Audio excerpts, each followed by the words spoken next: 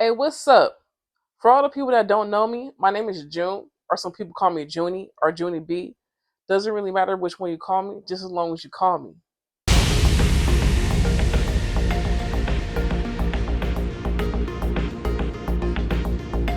Okay, today I'm back with another story time of how I met an online friend. Now, I've met other online friends before, but this by far was the weirdest encounter I've ever experienced. Now, for privacy reasons and also for safety reasons, I'm not going to be saying his name in this story. Now, it all began on good old Facebook. I wasn't friends with this man on Facebook, but for some reason, I would see his posts when I would be scrolling and stuff. I'm guessing it's because me and him had mutual friends and they would be tagging each other in posts. So one day I was scrolling and I seen someone post that he had passed on. I didn't say anything because I didn't know him, but I was like, dang, that sucks. He was really young. So sometime later, I seen another one of his posts floating around, but he had made the post. And I'm looking at the post like, I thought he. So, me trying to be a decent person, I decided to inbox him and tell him that someone was going around posting that he had passed on. Big mistake.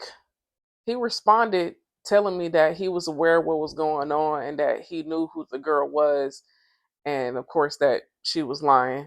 I'm like, dang, that's messed up. Like, I'm sorry to hear that. But then he was all like, yeah, I don't really want to talk about that. And then he diverted the conversation to asking questions about me. And I'm like, okay, I'll just keep the conversation going. Why not? I quickly found out that he had an interest in me. And I'm not going to lie, I thought he was decent. So I decided to exchange numbers with him so we could talk and text and see where it goes. So one day, my 21st birthday to be precise, me and him decided to link up at the park. When I met him at the park, he was sitting at the bench. He stood up to greet me. Bro was over 7 feet tall. I'm like, wow. So, anyways, we sat down at the bench to talk and eat the snacks that he had got for us. And I was getting a good look at him. I'm like, kind of funny looking. But I was like, fuck it. I don't remember our combo. I just remember that he was a little weird, like a shy, thirsty creep. But I didn't get a sense of danger, so I just left it alone. So we chilled for a bit and then we parted ways because I had other plans for my birthday later on, which is another crazy story time that I'm going to tell you guys later. So one night I was texting him and the rest of my little yes, and he caught this little attitude because I guess I wasn't texting him back fast enough.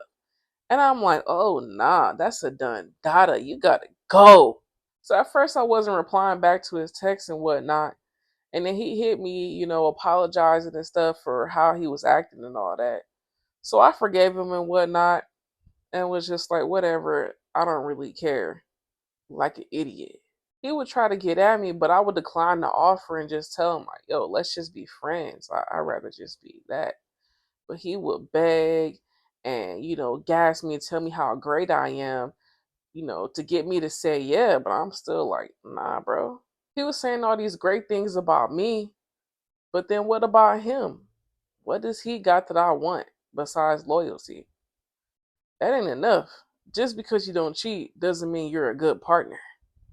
Plus, he would do a lot of weird stuff and make up a lot of lies. He would go online and say that he had cancer and that he only had so long to live. Then he would say that it went away, and he would say that it came back. It was like a back and forth thing. And I'm all like, something's not right. I don't want to just say, like, oh, you're lying, but something wasn't right. So I asked him, I'm all like, yo, what type of cancer do you got if you don't mind me asking? He said that he had lung cancer because he would smoke so much.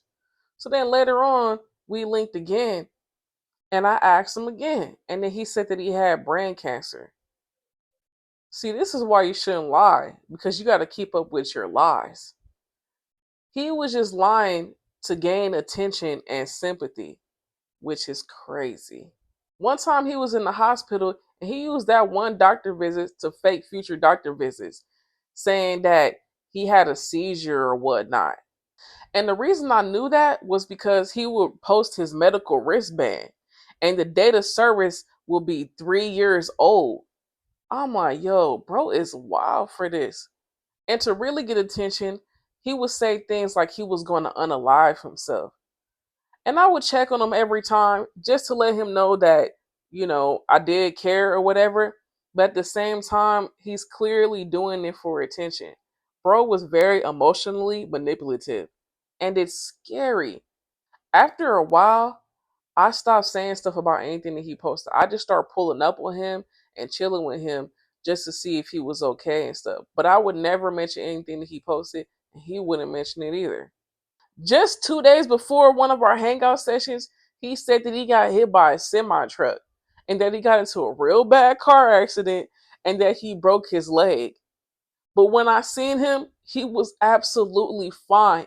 And I didn't mention it to him, and he didn't mention it to me. But that was just like crazy. Like, where's the broken leg, bro? Bro was a little off. Like, he for sure had to be on medication. And if he wasn't, he needs to be. Because, oh my God. At times, I wouldn't respond to his texts and unfollow him on socials because all the negativity and lies that he would post on there was just annoying. I'm just like, I don't want to see none of that or deal with none of that. He would end up getting new phones and then text me from that number. And I'm like, dang, bro was really weird and really lonely. It was probably because of all the antics that he was doing to get attention. I felt kind of bad for him, I'm not going to lie. But not bad enough to stick around after what he did. He did something so lame, I could not look past it just because I turned him down. So one day I'm on Facebook joking and whatnot, and I made this post saying, some broccoli bit bookie sound fire right now. So then he commented and said, "You not no real blood. You not about that life. I know some real bloods that will come over there and handle your ass." And my stupid ass said, "Go get him." Everybody was laughing at my post and laughing at that comment I made because clearly they knew that I was joking.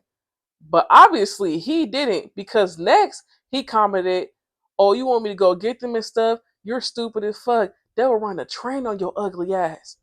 I'm like, what? Ugly? So I was about to comment back and say, wait, hold up. Let me show you something.